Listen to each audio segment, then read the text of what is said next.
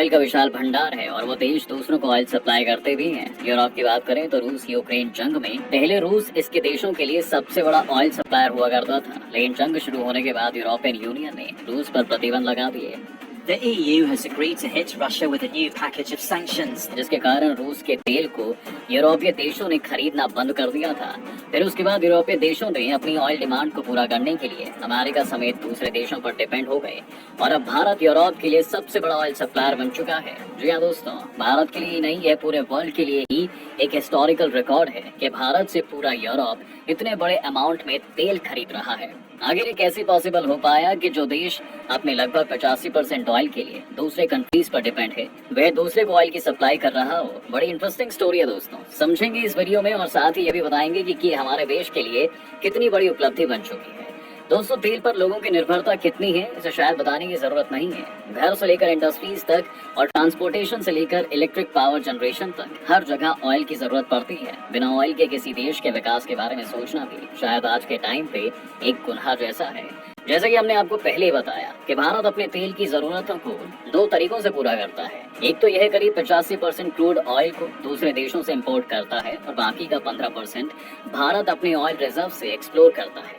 भारत जो तेल इंपोर्ट करता है उसे या तो वह डायरेक्टली स्टोर कर देता है या फिर उसे रिफाइन करके खुद यूज करता है और उसे दूसरे देशों को भी एक्सपोर्ट करता है। दोस्तों, सिंपल से इसका मतलब यही है कि भारत पहले कच्चा तेल सऊदी, इराक, रशिया जैसे मुल्कों से खरीदता है, फिर उसे अपनी कंपनियों में प्रोसेस करके यूरोपीय देशों को बेच देता है। इसे ठीक आप ऐसे ही समझ सकते हैं जैसे कि कभी अंग्रेज हमसे कच्चे माल खरीदते थे और फिर उसे अपनी कंपनी में प्रोसेस करके ही हमें ही महंगे दाम पर बेच देते थे। खैर, ये तो एक छोटा सा एग्जाम्पल ही था। लौटते हैं अपने मेन पॉइंट पर और बताते हैं कि कैसे यूरोप अपने तेल की जरूरतों को पूरा करने के लिए भारत पर डिपेंड हो गया है।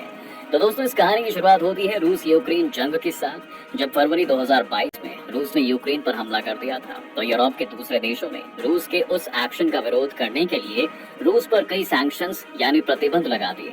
रूस पर प्रतिबंध लगाने वालों में यूरोपियन यूनियन समेत अमेरिका और यूनाइटेड नेशंस भी शामिल थे। उन सैंक्शंस का रिजल्ट ये हुआ कि यूरोपीय देशों का ट्रेड रशिया के साथ धीरे धीरे कम होने लगा।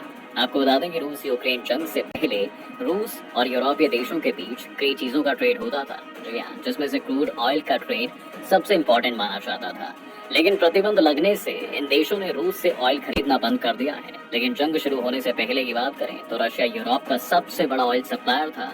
यूरोप उस समय तक अपने टोटल ऑयल इंपोर्ट का करीब 31% रशिया से इंपोर्ट करता था दोस्तों। जी हाँ, जबकि यूएस से केवल 13% ऑयल इंपोर्ट करता था और रशिया के बाद यूएस यूरोप का second largest crude oil supplier हुआ करता था। लेकिन रूस यूक्रेन जंग शुरू होने के बाद यूरोपीय देश अमेरिका से बहुत ज्यादा ऑयल खरीदने लगे, जिसके कारण यूनाइटेड स्टेट्स यूरोप के लिए सबसे बड़ा ऑयल सप्लायर बन गया। लेकिन अमेरिका की भी अपनी लिमिटेशन थी। अमेरिका ऑयल का भले ही एक बड़ा प्रोड्यूसर हो, लेकिन इसके साथ ही वह दुनिया का सबसे बड़ा ऑयल कंज्यूमर भी है और यह बात अमेरिका के साथ साथ यूरोप को भी पता है। इसी को ध्यान में रखते हुए कि यूरोप में ऑयल की शॉर्टेज ना हो जाए, यहाँ के देशों ने दूसरे सोर्स की तरफ देखना शुरू कर दिया और इसी बीच दोस्तों रूस भारत को सस्ते दामों पर कच्चा तेल देने के लिए तैयार हो जाता है, जिसका फायदा उठाकर भारत के साथ चीन ने फिर रिकॉर्ड लेवल पर रूस से ऑयल खरीदना शुरू कर दिया। अगर रूस के ऑयल ट्रेड सप्लाई के पैटर्न को देखें तो जंग शुरू होने से पहले दिसंबर 2021 में रूस यूरोप को 2.99 million barrels per day oil export करता था, लेकिन जनवरी 2023 में यह घटकर 0.98 मिलियन बैरल्स पर डे पर रह गया।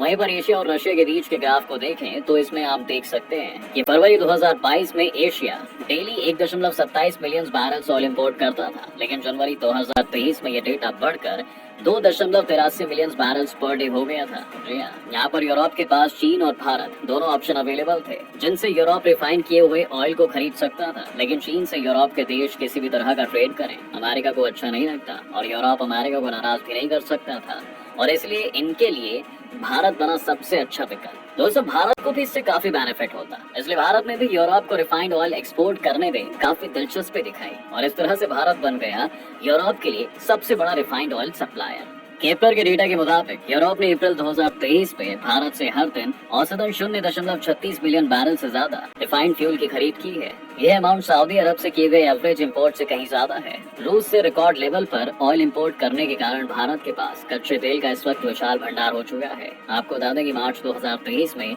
भारत ने रूस से 1.6 million barrels per day import किया है, तो इसमें से अगर 0.36 मिलियन बैरल ऑयल को अगर बेच रहे हैं तो भारत के लिए इससे कोई प्रॉब्लम नहीं है, बल्कि इससे भारत को प्रॉफिट काफी ज्यादा मिल गया है। अगर आपको रिफाइंड ऑयल और क्रूड ऑयल में डिफरेंस नहीं पता है तो मैं आपको बता देता हूँ कि जब ऑयल पृथ्वी के गर्भ से निकाला जाता है तो ऑयल के उस फॉर्म को क्रूड ऑयल यानी कि कच्चा तेल कहते हैं, और कच्चे तेल को डायरेक्टली यूज नहीं किया जा सकता, इसलिए कच्चे तेल को रिफाइनरी कंपनीज में प्रोसेस किया जाता है और फिर जो प्रोडक्ट बनता है उसे पेट्रोलियम प्रोडक्ट्स कहते हैं। Diesel, petrol, jet fuel petroleum products के एग्जाम्पल हैं। दोस्तों, भारत और यूरोप के बीच ट्रेड का यह डेटा, जहां पर यूरोप के लिए एक तरह से सेटबैक है तो वहीं भारत के लिए एक बड़ी उपलब्धि से कम नहीं है। हम आइए इन दोनों बात पर भी चर्चा कर लेते हैं। दोस्तों, यूरोप के लिए भारत से रिफाइंड ऑयल खरीदना इसलिए सेटबैक है क्योंकि कहीं ना कहीं रूस का भी कच्चा तेल रिफाइन होकर डीजल के रूप में भारत से उनके पास पहुंच रहा है। साफ शब्दों में कहें तो यूरोप ने भले ही रूस से सीधे तौर पर डीजल की खरीदारी रोक दी हो या बहुत कम कर दी हो, लेकिन अभी भी उनके डीजल की डिमांड रूस से ही पूरी हो रही है। और इतना ही नहीं, अमेरिका और यूरोप का रूस को लेकर जो मोटिव था कि इसके मनी इनफ्लो को पूरी तरह से कट करने का, वह भी नहीं हो पा रहा है, क्योंकि भारत से रिफाइंड ऑयल खरीद कर यूरोपीय देश रूस के ही खजाने में इनडायरेक्टली मोटा पैसा पहुंचा रहे हैं।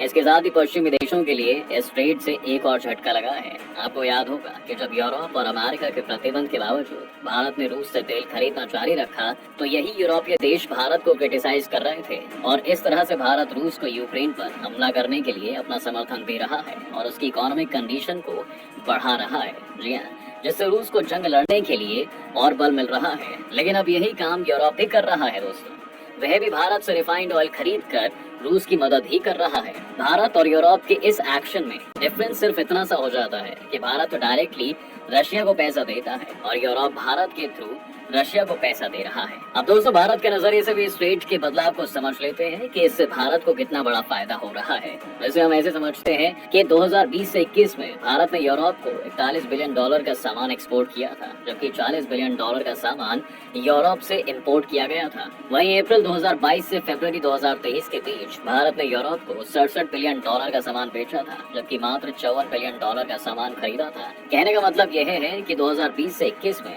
भारत यूरोप से खरीदता ज्यादा था लेकिन उसको बेचता कम था।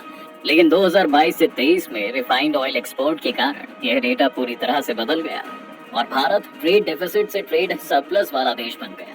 तो दोस्तों, इस तरह से भारत ने ट्रेड एरिया में बहुत बड़ी उपलब्धि हासिल की है, जो पूरी दुनिया के लिए किसी शौक से कम नहीं है। अब फिलहाल इसी कंक्लूजन के साथ इस वीडियो को समाप्त करते हुए, अगर अभी तक आपने हमारे चैनल को सब्सक्राइब नहीं किया है तो चैनल को सब्सक्राइब करके बेल आइकॉन को प्रेस कर दें, जिससे कि चैनल के सारे इंपॉर्टेंट नोटिफिकेशंस आपको तुरंत मिल जाएं। वीडियो देखने के लिए आप सभी का बहुत बहुत धन्यवाद।